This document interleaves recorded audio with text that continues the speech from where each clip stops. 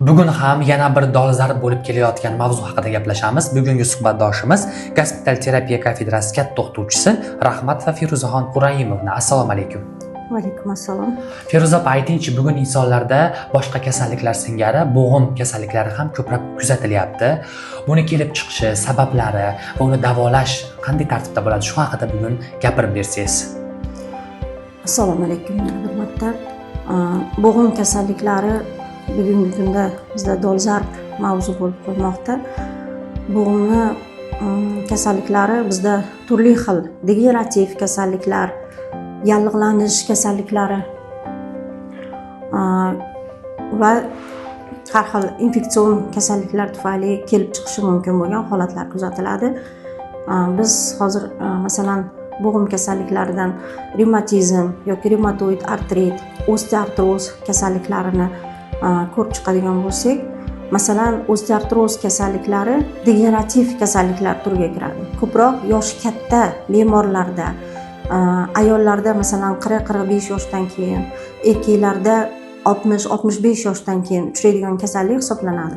Lekin hozirgi kunda har xil force majeure holatlari, masalan koronavirus holatlaridan keyin ayniqsa bo'g'imlardagi degenerativ kasalliklar kuchayib ketdi.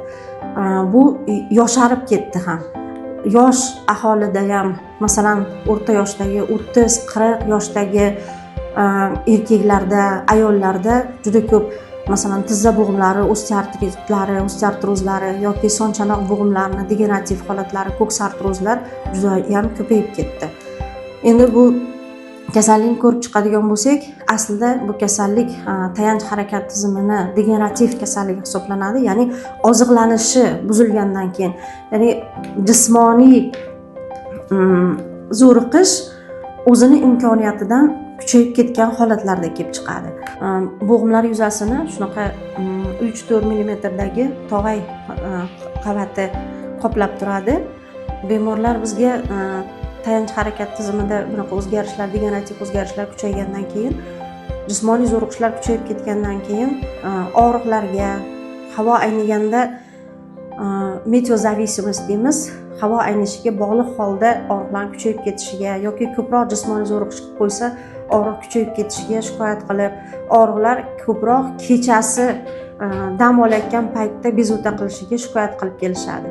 Shu son chanoq, tizza bo'g'imlarida og'riqlardan shikoyat qilib kelganda ko'rganimizda bu ko'p yozib harakatlanishlari cheklangan bo'ladi. Ko'proq kechasida dam olayotganda og'riq kuchayadi yoki harakatlanib biror bir ish qilgandan keyin kuchayib ketishiga shikoyat qilishadi. Ko'rganimizda bo'g'imlarda qirsillashlar, bukib yozganda harakatlar cheklanishi kuzatiladi.